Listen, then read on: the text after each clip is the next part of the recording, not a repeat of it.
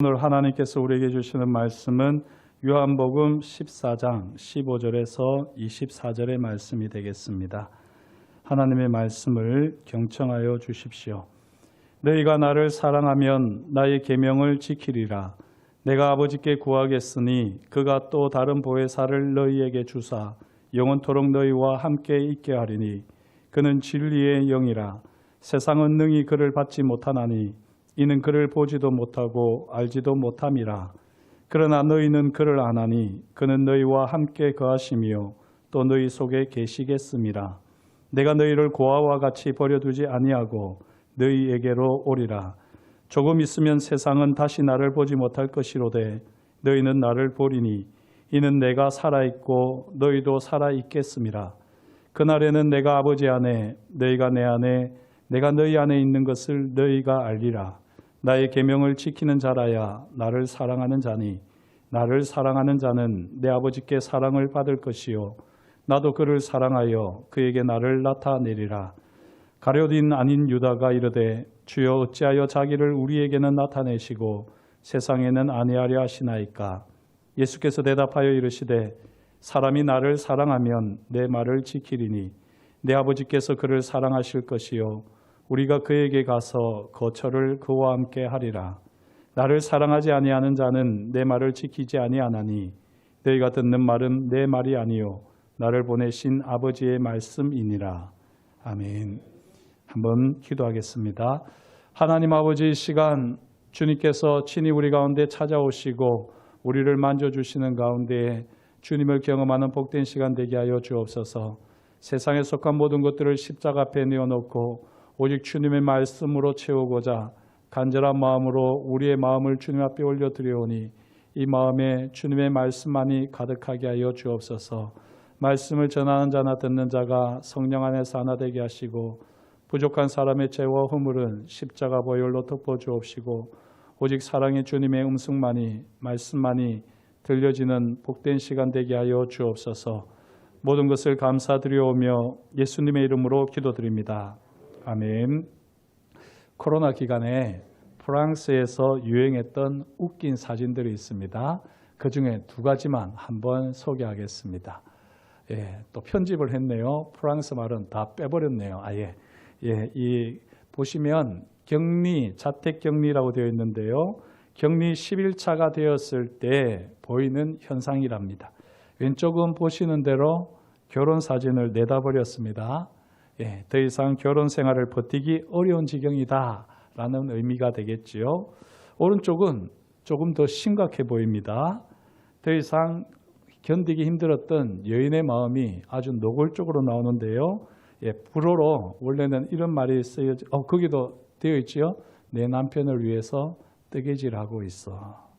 오죽했으면 남편의 목을 매일 매듭을 짜고 있을까요? 살벌합니다.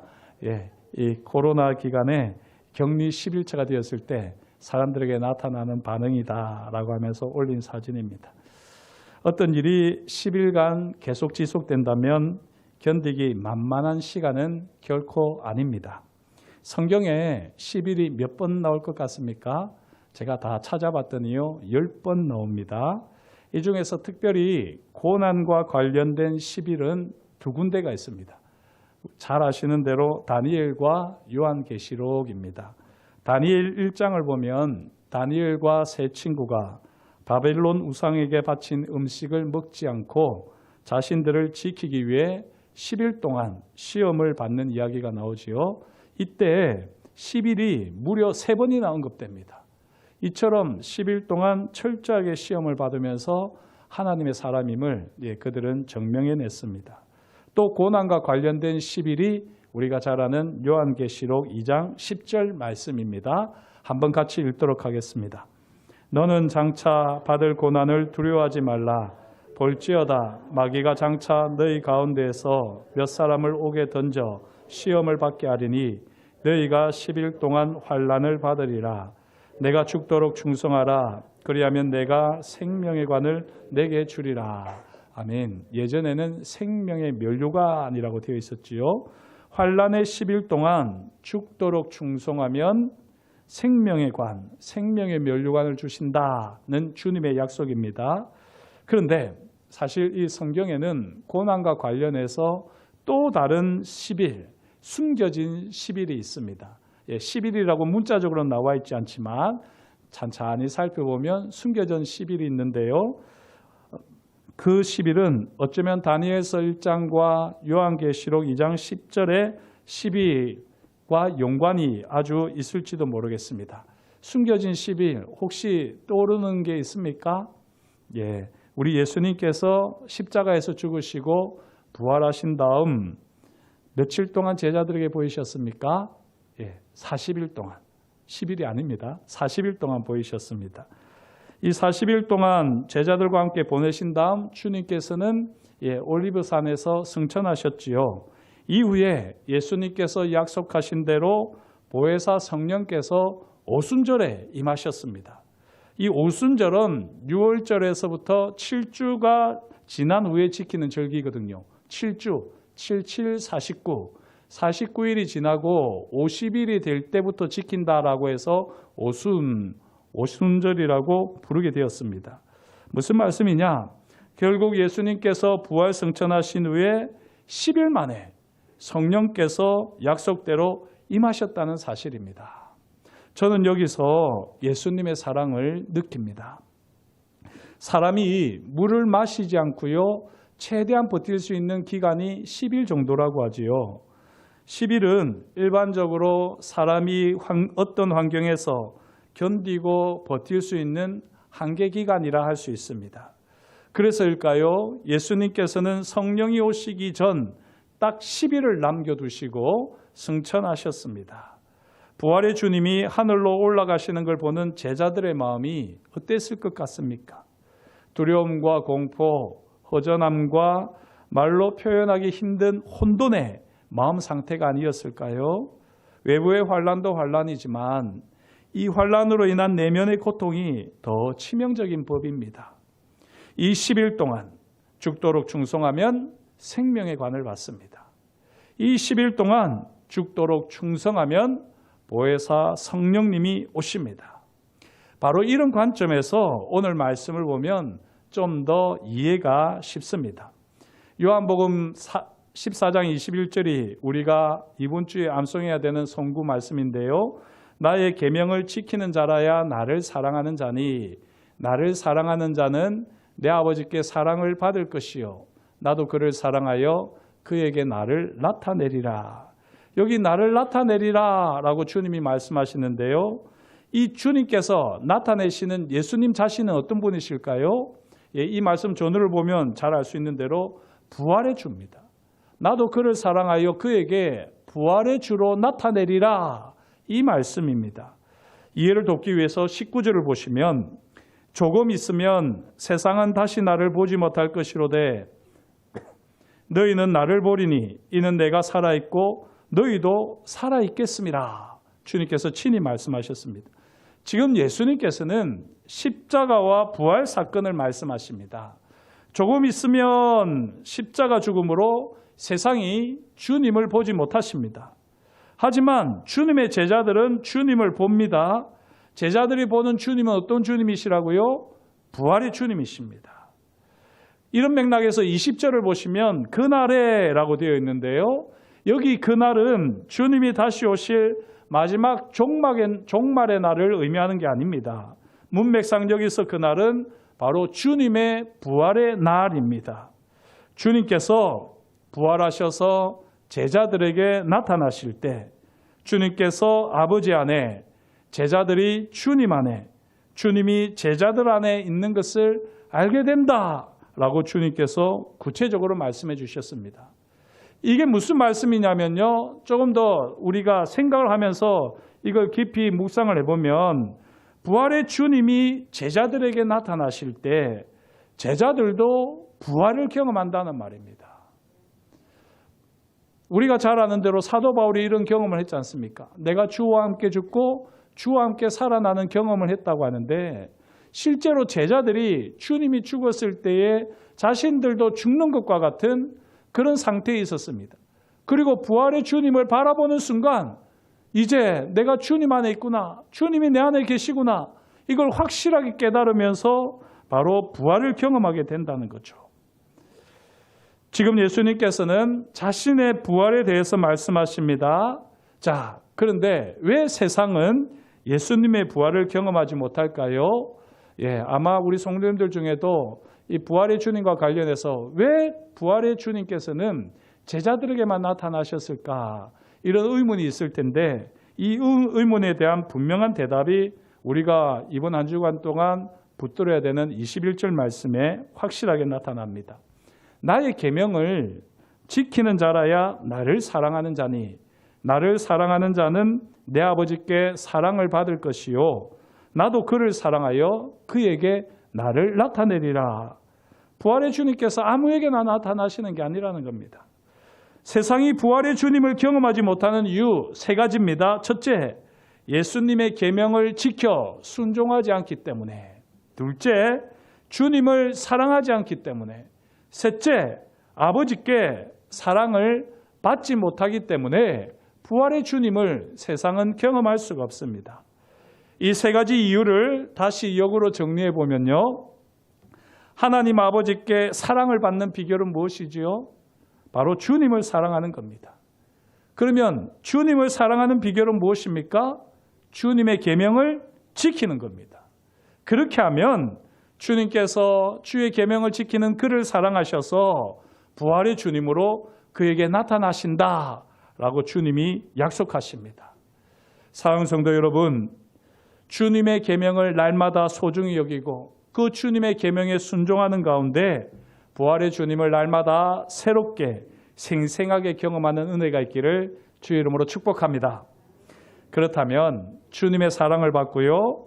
하나님 아버지의 사랑을 받기 위해서 우리가 지켜야 할 주님의 계명이 무엇일까요? 우리 주님께서 21절, 23절, 24절에서 구체적으로 말씀하십니다. 나의 계명을 지키는 자라야 나를 사랑하는 자니 말씀하시고는 23절에서는 나를 사랑하면 내 말을 지키리니 라고 말씀하셨어요. 그리고 24절에서는 너희가 듣는 말은 내 말이요 나를 보내신 아버지의 말씀이니라 이렇게 분명하게 말씀하셨습니다. 주님의 계명은 모든 다른 것도 될 수 있지만 주님의 말씀이고요. 동시에 아버지의 말씀입니다. 주님의 말씀을 듣고 지키니 어떻게 주님께서 사랑하시지 않겠습니까? 아버지의 말씀을 듣고 지키니 당연히 아버지께서 사랑하시지요. 말씀에 순종하는 사람에게 부활의 주님은 나타나십니다. 말씀에 순종하는 사람을 하나님 아버지께서는 사랑하십니다. 부활의 주님을 늘 경험하는 하나님의 사랑을 받는 자, 주님의 사랑을 받는 자로 살아가시기를 다시 한번 축복합니다. 그런데 이 23절 말씀을 보면요. 조금 의아하고 다소 충격적인 말씀으로 제게는 다가왔습니다. 주님의 말씀을 지키면 아버지께서 그를 사랑하시고 아버지와 주님이 함께 주의 말씀을 지키는 그에게 가서 뭐라고 되어 있습니까? 거처를 그와 함께 한다라고 말씀하십니다. 지금 이 말씀이 무슨 말씀입니까? 부활의 주님께서 계명을 지키는 자에게 나타나실 뿐만 아니라 아버지와 주님이 함께 그 계명을 지키는 자에게 가셔서 거처를 함께 한다는 겁니다. 거처를. 그런데 이 거처가 무엇일까요? 바로 이 14장 2절 말씀을 보시면 이렇게 되어 있습니다. 내 아버지 집에 거할 곳이 많도다. 그렇지 않으면 너희에게 일렀으리라. 내가 너희를 위하여 거처를 예비하러 가노니. 여기 요한복음 14장 2절 말씀의 거처는 바로 아버지 집, 하늘나라에서 머무는 장소입니다. 그런데요, 이 23절에서는 이 아버지 집, 하늘나라에 있는 장소가 이 땅에서 미리 맛보고 경험하게 해주겠다는 약속입니다. 놀랍지 않습니까? 부활의 주님이 나타나시면 그 부활의 주님께서 우리와 함께 하시는 것을 경험할 뿐만 아니라 그 부활의 주님과 함께 아버지가 우리와 함께 하시는 가운데 거처를 마련하셔서 늘 우리와 동행하신다는 겁니다. 이것이 바로 21절 말씀에 녹아있는 주님의 약속입니다. 21절은 이렇게 기억하시는 것이 좋습니다.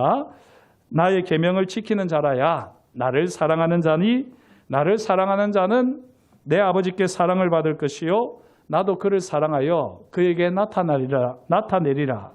그러나 단순히 나타내는 정도가 아니라 우리가 그에게 가서 거처를 그와 함께 하리라. 이렇게 주님께서 약속하십니다. 이 약속의 말씀을 부여잡고 살아가시는 가운데에 하나님과 주님의 임재를 풍성히 경험하시기를 주의 이름으로 축복합니다. 하늘나라의 거처를 이 땅에서 미리 맛보고 누리는 삶을 살아내는 진짜 그리스도인의 삶이 되시기를 다시 한번 축복합니다. 그런데요, 아버지와 주님께서 우리에게 오셔서 거처를 함께 하실 만큼 우리는 주님의 계명을 잘 지키는 사람입니까? 우리는 주님을 사랑하며 아버지를 사랑하는 사람입니까? 아버지와 주님께서 우리에게 오셔서 거처를 함께 하실 만큼 우리 삶은 주의 말씀에 순종하지 못했습니다. 아버지와 주님을 진심으로 사랑하지 못했습니다. 저만 그런가요? 우리 성도님들은 어떻습니까? 우리가 부활의 주님을 생생하게 경험하지 못하고 그 부활의 주님과 아버지가 우리와 함께 거처를 마련하고 우리 삶의 자리에 함께 하시는 것을 경험하지 못하는 이유는 우리가 주의 말씀에 그만큼 순종하지 못하고 있기 때문입니다. 주님과 아버지를 그만큼 사랑하지 못하고 있기 때문입니다. 그렇다면 우리는 어찌해야 됩니까? 신앙을 포기한 채 세상 사람들처럼 살아야 할까요? 바로 이 생각, 우리가 주님의 말씀에 순종하지 못하기 때문에 우리는 신앙을 포기하고 내 마음대로 세상 사람들처럼 살아야지 된다라고 하는 이 생각이 가장 주님의 계명, 말씀을 지키지 않는 행동입니다. 저와 여러분들이 주님의 계명, 말씀을 지키는 자라고 한다면 우리가 비록 주님을 사랑하지 못하고 주의 말씀을 제대로 지키지 못하고 살아간다고 할지라도 세상 사람이 되어서는 안 됩니다. 우리가 세상 사람들과 똑같다고 비난과 조롱을 받을지라도 세상이 붙들지 않는 십자가를 붙드는 저와 여러분이 될 수 있기를 축복합니다. 나의 계명을 가지고 지키는 자라야 이 나의 계명은 여러 가지가 있지만요. 그중에 가장 핵심은 십자가입니다. 우리가 다른 것은 몰라도 십자가만큼은 반드시 붙들고 가야지 됩니다. 주님께서 제자들에게 뭐라고 말씀하시느냐? 오늘 말씀을 보시면 참 흥미롭습니다. 15절을 보시면 너희가 나를 사랑하면 나의 계명을 지키리라 말씀하셨어요. 그리고는요 18절로 넘어가도 전혀 말의 문맥의 흐름이 어색하지 않습니다. 그런데 왜 어색할 정도로 이 16절, 17절 말씀이 훅 들어왔을까? 이 16절, 17절 말씀은 사실은 흐름을 깨고 있거든요. 15절에서 나의 계명을 지키리라 하시고 21절에서 나의 계명을 지키는 자라야 이렇게 나의 계명에 대해서 말씀하고 있는데 느닷없이 16절, 17절에 보혜사 성령님에 대한 이야기가 끼어 들어왔습니다. 왜 이렇게 문맥의 흐름을 깨트리는 이 말씀이 들어왔을까요? 거기에는 이유가 있는 것이죠. 부자연스럽지만 강조를 하고 있는 것입니다. 주님께서는 십자가에서 죽으신 후에 목자를 잃은 양처럼 유리하고 방황하며 두려움에 떠는 제자들을 고아처럼 버려두지 않으시고 제자들에게 부활의 주로 오셨습니다. 그 결과 다 죽어가는 제자들은 부활의 주님을 보고 다시 살아나지요. 부활의 주님께서 제자들 안에, 제자들의 주님 안에 있음을 생생하게 경험했습니다. 그 결과 이제 주님의 계명을 지키며 주님을 사랑하고 아버지를 사랑하기로 다짐하면서 아버지와 주님이 오셔서 거처를 함께 하시는 주님의 임재, 아버지의 임재와 영광을 경험하는 이 신령한 경험을 제자들은 했더랬습니다. 이게 바로 부활의 주님과 함께 보내는 40일이었습니다. 이 40일 동안 성경을 보면 공식적으로는 5차례, 많게는 15 정도 주님이 등장하셨는데요. 이 40일 동안 이렇게 주님의 임재와 영광을 경험하는 제자들이었습니다. 그러나 부활의 주님께서 승천하시자 제자들의 마음은 다시 요동치기 시작하는 거죠.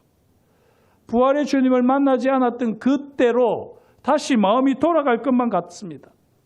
이때 제자들이 붙들어야 되는 말씀이 무엇이냐? 바로 16절, 17절 말씀인 겁니다. 이 16절, 17절을 주님의 계명으로, 주님이 주신 말씀으로 아직까지 주님이 하신 말씀 중에 성취되지 않은 것이 있다. 그리고 그 말씀을 붙들고 기억해내고 기도하는 것이 바로 이 제자들이 해야 할 일입니다. 또 다른 보혜사를 너희에게 주사 영원토록 너희와 함께 있게 하리라. 그는 진리의 영이라. 너희는 그를 아나니 그는 너희와 함께 거하시며 또 너희 속에 계시겠습니다. 주님께서 승천하셨을 때에 더 이상 주님이 함께 계시지 않는 것만 같았습니다. 그래서 이 마음이 헛헛하고 두렵고 떨리고 어떻게 이 마음을 종잡을 수 없는 불안 가운데 있을 때에 제자들은 바로 이 16절, 17절 말씀을 주님의 계명으로, 주님의 말씀으로 붙들었어야 되는 겁니다. 이 약속의 말씀을 따라 제자들은요, 오로지 기도에 힘씁니다. 오순절에 성령을 받을 것을 제자들은 확실하게 알지 못했지요. 10일 동안 죽도록 충성하면 주님의 약속대로 성령을 받을 것이다. 알지 못했습니다. 그러나 제자들은 부활의 주님과 함께하는 이 신령한 경험이 있었기 때문에 주님의 계명, 말씀대로 오로지 기도에 힘썼습니다. 그 기간이 며칠이라고요? 딱 10일입니다. 10일. 사랑하는 성도 여러분, 지금 정말 힘들어서 숨조차 제대로 쉴 수 없을 만큼 힘겨우신 분이 계십니까? 모든 소망과 기쁨, 즐거움이 순식간에 사라지는 시련과 아픔을 겪고 계신 분이 계십니까? 지금 영혼의 어두운 밤을 지나고 있어서 눈앞이 캄캄하고 한 치 앞을 볼 수 없을 만큼 너무나도 참담하신 분이 있습니까? 딱 10일만 버텨보십시다. 딱 주님의 약속 붙들고 기도하면서 10일만 버텨보십시다. 주님이 승천하시고 성령이 오시기 전 제자들의 그 참담한 10일을 떠올리면서 그 제자들이 어떻게 10일을 버텼는지 우리가 기억합시다. 제자들은 주님의 계명을 지키며 주님을 끝까지 사랑하며 버텼습니다. 이때 하나님 아버지께서는 인생의 돌파구로 성령을 보내주셨습니다.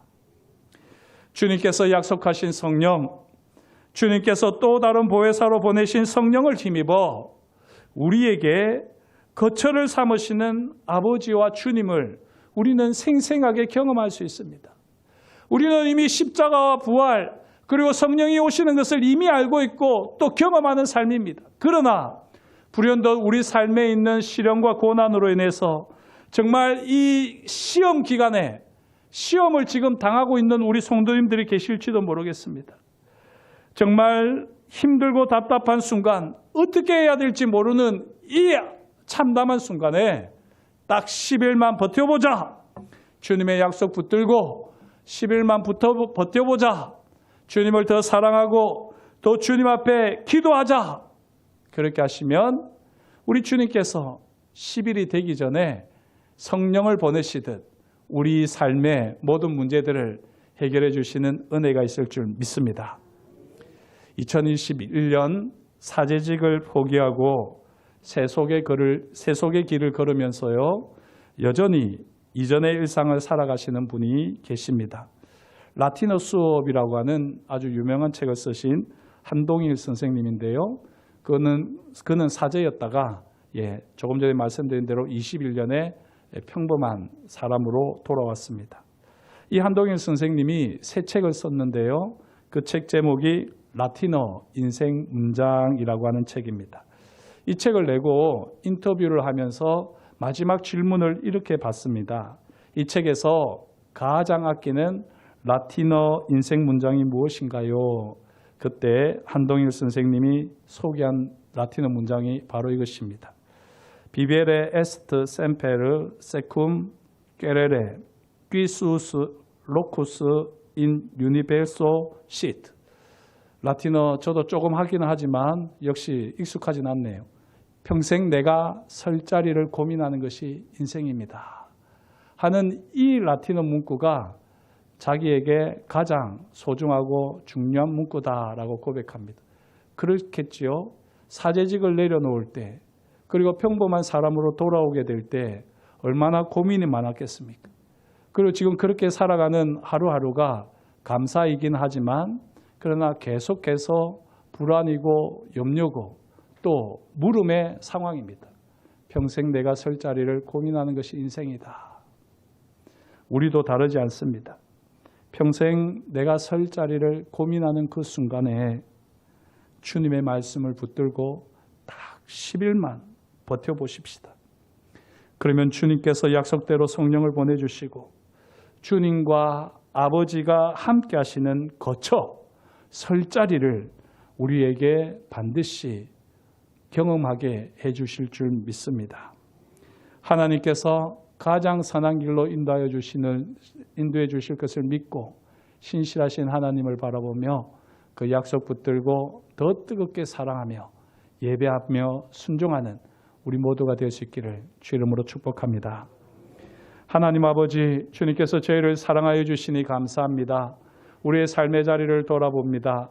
여전히 주님의 말씀과 상관없이 살아갈 때도 있고 또 하나님 아버지, 가장 주님을 붙들어야 되는 순간에 가장 주님을 멀리하고 있는 우리 자신을 발견할 때도 있습니다.